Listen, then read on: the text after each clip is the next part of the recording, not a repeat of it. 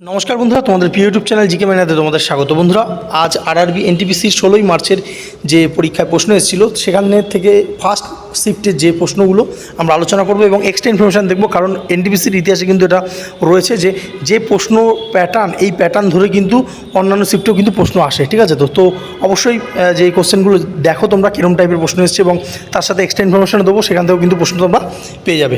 দেখো কি বলছে, যে 2025 সালে আইসিসি চ্যাম্পিয়ন্স ট্রফির ফাইনালে ভারত কোন দলকে পরাজিত করেছিল? তো এটা প্রত্যেকেই আমরা জানি যে নিউজিল্যান্ডকে কিন্তু ভারতবর্ষ পরাজিত করেছিল। ঠিক আছে, আচ্ছা চলো নেক্সট আমরা দেখে নেব পরবর্তী যে প্রশ্ন দিয়েছিল, যে বলছে নিম্নলিখিত কোনটি টার্সিয়ারি সেক্টরের অন্তর্গত? তা প্রত্যেকে আমরা জানি কি সার্ভিস সেক্টর বা সেবা ক্ষেত্র হচ্ছে টার্সিয়ারি সেক্টরের অন্তর্গত। তাহলে আমরা অন্যান্য ক্ষেত্রগুলো একটু জেনে নিই, তাহলে যদি পরীক্ষায় ঘুরিয়ে ফিরিয়ে আসে আমরা কিন্তু পারবো। দেখো কৃষি হচ্ছে কি প্রাথমিক সেক্টর, ঠিক আছে। খনন হচ্ছে প্রাথমিক সেক্টর, উৎপাদন হচ্ছে যে সেকেন্ডারি সেক্টর, আর সেবা হচ্ছে তৃতীয় সেক্টর বা যেটা আমরা সার্ভিস সেক্টর বলে থাকি। ঠিক আছে, তো এই তিনটে কিন্তু জেনে রাখো। ঠিক আছে, চলো নেক্সট আমরা দেখব যেটা এসেছিল সংবিধান থেকে, যে ভারতীয় সংবিধানের মৌলিক কর্তব্যে 2002 সালে 86তম সংবিধান সংশোধন আইনে কী যোগ করা হয়েছিল? এটা আমরা প্রত্যেকে জানি কি 6 থেকে 14 বছর বয়সী শিশুদের শিক্ষার সুযোগ প্রদান করা হয়েছিল। ঠিক আছে, তো খুবই সহজ প্রশ্নটা ছিল। তো এটা এখান থেকে এক্সট্রা যদি ইনফরমেশান তোমরা একটু জেনে রাখো, যে দেখো এই 2002 সালের 86তম অ্যামেন্ডমেন্ট অ্যাক্টে আর্টিকেল 51A কে ধারা এটি নতুন যুক্ত হয়েছিল মৌলিক কর্তব্যে, এবং এতে 6 থেকে 14 বছর বয়সী সন্তানের অভিভাবক বা অভিভাবিকাদের শিক্ষা নিশ্চিত করার দায়িত্ব কিন্তু দেওয়া হয়েছিল। ঠিক আছে, চলো পরবর্তী আমরা দেখে নেব যে ইয়াং ইন্ডিয়া পত্রিকাটি কে সম্পাদনা করেছিল? তো কে করেছিল? সেটা হচ্ছে মহাত্মা গান্ধী কিন্তু ইয়াং ইন্ডিয়া যে পত্রিকাটা সম্পাদনা করেছিল। তো এখান থেকে আমরা এক্সট্রা ইনফরমেশান জেনে নেব। দেখো তিনি এই ইয়াং ইন্ডিয়া যে সাপ্তাহিক পত্রিকাটা তিনি প্রকাশ করেছিলেন 1919 থেকে। তো সেইখানে সময় কিন্তু তিনি কিন্তু অসহযোগ আন্দোলন, স্বরাজ এবং জাতীয়তাবাদী সম্পর্কে মতামত প্রকাশ করতেন। আচ্ছা, পরীক্ষার জন্য মনে রাখবে কী ইয়াং ইন্ডিয়া মহাত্মা গান্ধী, হরিজন সেটা মহাত্মা গান্ধী, আর কেশরী পত্রিকা এটা বাল গঙ্গাধর তিলকের লেখা। ঠিক আছে, চলো নেক্সট আমরা দেখব যে দিল্লি সুলতানের চাহালগানি বা গ্রুপ অফ 40 এটা কে গঠন করেছিলেন? ইলতুৎমিশ কিন্তু এটা গঠন করেছিলেন। ঠিক আছে, তো চাহালগানি বা যেটা হচ্ছে গ্রুপ অফ 40। আচ্ছা নেক্সট আমরা দেখব যে সিন্ধু সভ্যতার সর্বাধিক বাণিজ্য ও পণ্য পরিবহন বন্দর কোনটা? এটা প্রত্যেকে আমরা জানি কি লোথাল কোথায় আছে? এটা লোথাল আছে গুজরাটে অবস্থিত। ঠিক আছে, তো গুজরাটের একটা ডকওয়ার্ড লোথাল। আচ্ছা, এখান থেকে এক্সট্রা ইনফরমেশনের মধ্যে এটা জেনে রাখো যে লোথাল সিন্ধু সভ্যতার প্রধান বন্দর, হরপ্পা মহেঞ্জোদারো হচ্ছে এটা প্রধান নগর কেন্দ্র, কালীমঙ্গান এখানে কৃষির প্রমাণ বা হাল চাষের চিহ্ন কিন্তু পাওয়া গেছে। ঠিক আছে, তো আচ্ছা চলো নেক্সট আমরা দেখব 1990 শতকে, বিশেষত 1990 থেকে 91 ভারতের মোট দেশজ যেটা আমরা জিডিপি বলি উৎপাদন কোন ক্ষেত্রে সর্বাধিক বেশি বৃদ্ধি পেয়েছে? সেটা কিন্তু তৃতীয় ক্ষেত্র বা সেবা ক্ষেত্র, যেটা কিন্তু আগেও আমরা জানলাম। ঠিক আছে, আচ্ছা প্রাইমারি সেক্টর বারবার করে বলছি কৃষি এবং খনন, সেকেন্ডারি সেক্টর হচ্ছে শিল্প এবং উৎপাদন। ঠিক আছে, আর টার্সিয়ারি হচ্ছে ব্যাংকিং, আইটি, পরিবহন এবং শিক্ষা স্বাস্থ্য হচ্ছে টার্সিয়ারি। নেক্সট, ভারতীয় সংবিধানের কোন অনুচ্ছেদে নারী এবং পুরুষের জন্য সমান কাজের জন্য সমান মজুরি, equal pay for equal work? আমরা কিন্তু গ্রুপ ডিতেও দেখেছি জেন্ডার অ্যাওয়ারনেসে 39 ডি ধারা কিন্তু এটা করা হয়েছে। তো এখানে গুরুত্বপূর্ণ আমরা যে আর্টিকেলগুলো একটু দেখে নেব। 39 এ ধারাটা হচ্ছে সকল নাগরিকদের জন্য কি জীবিকার পর্যাপ্ত সুযোগ। 39 ডি সমান কাজের জন্য সমান মজুরি। 41 হচ্ছে কাজ, শিক্ষা ও জনসাহায্যের অধিকার। 42 নম্বর আর্টিকেল মানবিক কর্মপরিবেশ এবং মাতৃত্বকালীন সুবিধা। চলো নেক্সট দেখব 1928 সালে গুজরাটের অনুষ্ঠানে বরদৌলি সত্যাগ্রহ কে নেতৃত্ব দিয়েছিলেন? কে? আমরা প্রত্যেকে জানি কি সর্দার বল্লভভাই প্যাটেল, তিনি কিন্তু যে এই নেতৃত্ব দিয়েছিলেন। ঠিক আছে, তো গুরুত্বপূর্ণ এখানে আমরা একটু জেনে রাখি যে এই বরদৌলি সত্যাগ্রহ সময় কিন্তু তাকে সর্দার উপাধি দেওয়া হয়। এই প্রশ্নটা কিন্তু ঘুরিয়ে ফিরিয়ে আসে। ঠিক আছে, চলো নেক্সট কম্পিউটার থেকে প্রশ্নও দেখো, এটাও কিন্তু খুবই সোজা ছিল, যে যদি একটি ফাইল কম্পিউটারে আগে থেকে সংরক্ষিত থাকে এবং আপনি সেটিকে একটি স্থান থেকে অর্থাৎ অন্য একটি স্থান থেকে অন্য স্থানে নিয়ে যেতে চান, অর্থাৎ কিন্তু মূল স্থানেও রাখতে চান, তাহলে কি করবেন? তাহলে কি কন্ট্রোল সি এবং কন্ট্রোল ভি করতে হবে, কারণ কন্ট্রোল যদি এক্স ভি করো তাহলে সেই মূল স্থান থেকে কিন্তু চলে যাবে। ঠিক আছে, তো এখানে আমরা শর্টকাট কীগুলো একটু দেখে নেবো। কন্ট্রোল সি হচ্ছে ফাইল কপি করার জন্য, কন্ট্রোল ভি কপি করা ফাইলটা টেক্সটে পেস্ট করার জন্য, কন্ট্রোল এক্স হচ্ছে কাট করার জন্য। এগুলো জেনে রাখো, আসবে আপকামিং পরীক্ষায়। Control C copy, control V paste, control Z হচ্ছে আনডু অর্থাৎ কোনো কিছুকে পুনরায় ফিরে পাওয়ার জন্য, আর কন্ট্রোল এস হচ্ছে সেভ। আচ্ছা নেক্সট আমরা দেখে নেব পরবর্তী প্রশ্ন, যে সংসদের উভয় কক্ষ লোকসভা এবং রাজ্যসভা দ্বারা একটি বিল পাস হওয়ার পর সেটিকে আইনি করার চূড়ান্ত সম্মতি কে দেন? সেটা হচ্ছে রাষ্ট্রপতি। আমরা প্রত্যেকে জানি রাষ্ট্রপতি কিন্তু এটা করে থাকেন, এবং রাষ্ট্রপতি ভারতবর্ষের সংবিধানের কিন্তু এই যে বিল পাস হওয়ার পরে 111 নম্বর আর্টিকেল অনুযায়ী প্রেসিডেন্টের কাছে কিন্তু পাঠানো হয়, এবং রাষ্ট্রপতি সম্মতি দিলে সেটা কিন্তু আইনে পরিণত হয়। চলো নেক্সট আমরা দেখে নেব যে 31শে মার্চ 2020 হিসেবে ভারতীয় রেলওয়ের মোট দৈর্ঘ্য প্রায় কত সেটা কত? সেটা হচ্ছে 67,956 কিমি কিন্তু মোট দৈর্ঘ্য। আচ্ছা, এখান থেকে গুরুত্বপূর্ণ একটু পয়েন্ট আমরা জেনে রাখি। ভারতীয় রেলওয়ে প্রতিষ্ঠা হয়েছিল 1853 সালে। প্রথম রেলপথ মুম্বাই বড়িবন্দর থেকে থানে পর্যন্ত ভারতীয় রেলওয়ে এটা প্রথম যে রেলওয়ে ভারতবর্ষে চালু করেছিলেন কে? লর্ড ডালহৌসি। ঠিক আছে তো? আচ্ছা, নেক্সট আমরা দেখে নেব যে প্রাচীন দক্ষিণ ভারতের সাহিত্য সঙ্গম সাহিত্য এটা প্রধান কোন ভাষায়? তো দক্ষিণ ভারতে তখন তামিল ভাষা কিন্তু অনেক পুরনো ভাষা তোমরা জানো।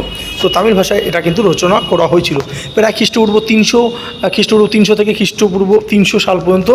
আচ্ছা, এখানে একটা মিস্টেক হয়তো আছে, ঠিক আছে, দরকার নেই। নেক্সট এখানে যেটা মনে করার তোমরা জেনে রাখো, সঙ্গম সাহিত্য হচ্ছে তামিল, এবং সঙ্গম সাহিত্যে যে তামিল ভাষায় প্রধান যে গ্রন্থগুলো রয়েছে তার মধ্যে হচ্ছে তোলাকাপ্পিয়াম, ইথুকুয়া এবং পাট্টু। ঠিক আছে, নেক্সট আমরা দেখব সময়কালটা এখানে ভুল আছে। আচ্ছা, নেক্সট নিচের কোন দেশটির সঙ্গে ভারতীয় স্থল সীমান্ত চীনের তুলনায় দীর্ঘ?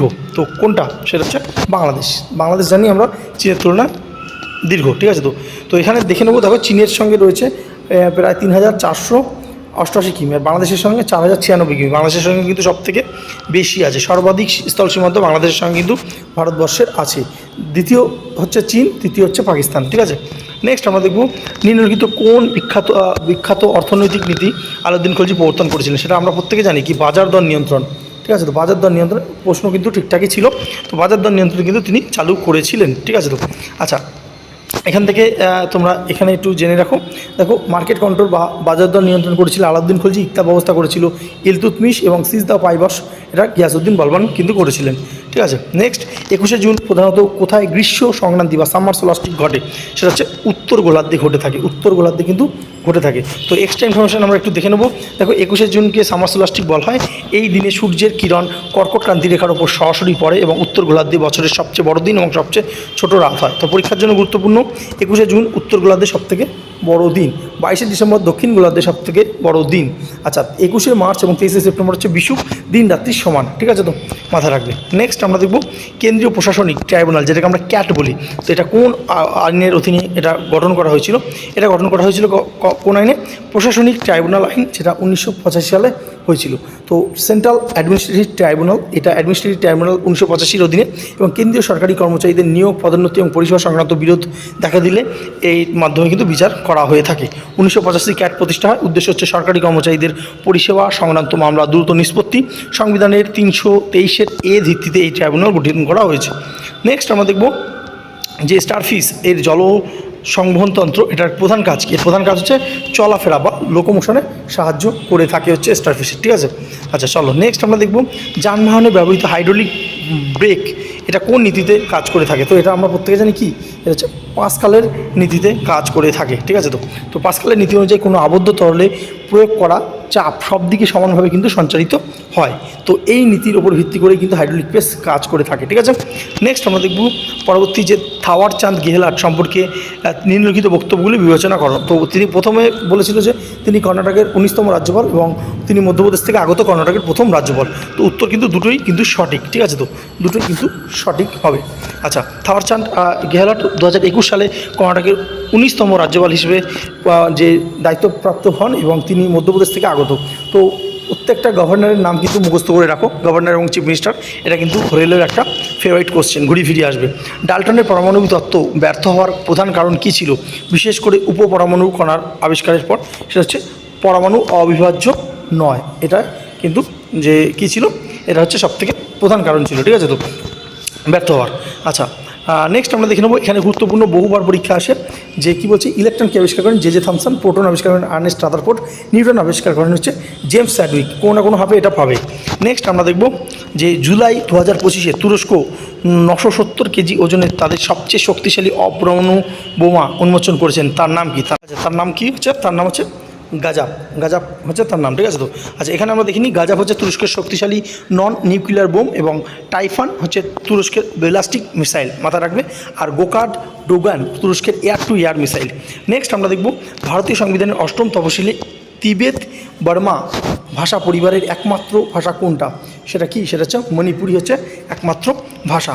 দেখো, এটা মেইটি ল্যাঙ্গুয়েজ বা মণিপুরি ভাষা তিবেত যে বার্মা ভাষা পরিবারের একমাত্র কিন্তু অন্তর্ভুক্ত এবং এটি ভারতের সংবিধানের 8 শিডিউলে জায়গা পেয়েছে, ঠিক আছে তো। আচ্ছা, মণিপুরি হচ্ছে 8ম তফসিলে 1992 71তম সংবিধান সংশোধনের মাধ্যমে এটা ইনক্লুড হয়েছে। ভাষা হচ্ছে তিবেত বার্মা, প্রচলিত অঞ্চল হচ্ছে মণিপুর, ঠিক আছে। মণিপুরের রাজধানী কি? ইম্ফল। আচ্ছা, নেক্সট চতুর্থ যে প্রজন্ম অর্থাৎ 4th জেনারেশনের যে কম্পিউটার, এর প্রধানত ইলেকট্রনিক প্রযুক্তি কোনটা? তো এটা হচ্ছে মাইক্রো প্রসেসর। মাইক্রো প্রসেসর হচ্ছে এর মেন যে ইলেকট্রনিক প্রযুক্তি। আচ্ছা, আমরা তাহলে দেখে নেবো অন্যান্যগুলো যেগুলো আমাদের পরীক্ষা আসার মতো। দেখো, ফার্স্ট জেনারেশন এগুলো কিন্তু অবশ্যই জেনে রাখো। First generation vacuum tube, second generation transistor, third generation IC বা ইন্টিগ্রেটেড সার্কিটস, এটা ফুল ফর্ম কিন্তু জানতে চাওয়া হয়, ঠিক আছে তো। নেক্সট হচ্ছে 4th জেনারেশন হচ্ছে মাইক্রোপ্রসেসর। এই 4টে মুখস্থ করে রাখো, দেখবে কোনো না কোনোভাবে পেয়ে গেছো। নেক্সট আমরা দেখব যে আদালতের কার্যক্রম রেকর্ড এবং ট্রান্সক্রিপশন করার জন্য এআই প্রযুক্তি ব্যবহার করা ভারতের প্রথম কোর্ট, সেটা হচ্ছে কেরালা হাইকোর্ট। কেরালা হাইকোর্ট হচ্ছে সবথেকে প্রথম। কেরালা দেখো, কেরালা সব দিক থেকে কিন্তু মোটামুটি এগিয়ে থাকে, শিক্ষিত যে কোনো জিনিসের ক্ষেত্রে কিন্তু কেরালা মোটামুটি এগিয়ে আছে, ঠিক আছে তো। আচ্ছা, এখান থেকে একটু জেনে রাখো যে হাইকোর্ট ভিত্তিক যদি দেয় যে ভারতবর্ষের প্রথম হাইকোর্ট কি, সেটা কিন্তু আমাদের কলকাতা হাইকোর্ট ভারতবর্ষের প্রথম হাইকোর্ট, ঠিক আছে তো। আচ্ছা, নেক্সট যে বলেছিল যে সিন্ধু গঙ্গা ব্রহ্মপুত্র নদীতে সারা বছর জল প্রবাহিত হয় কেন?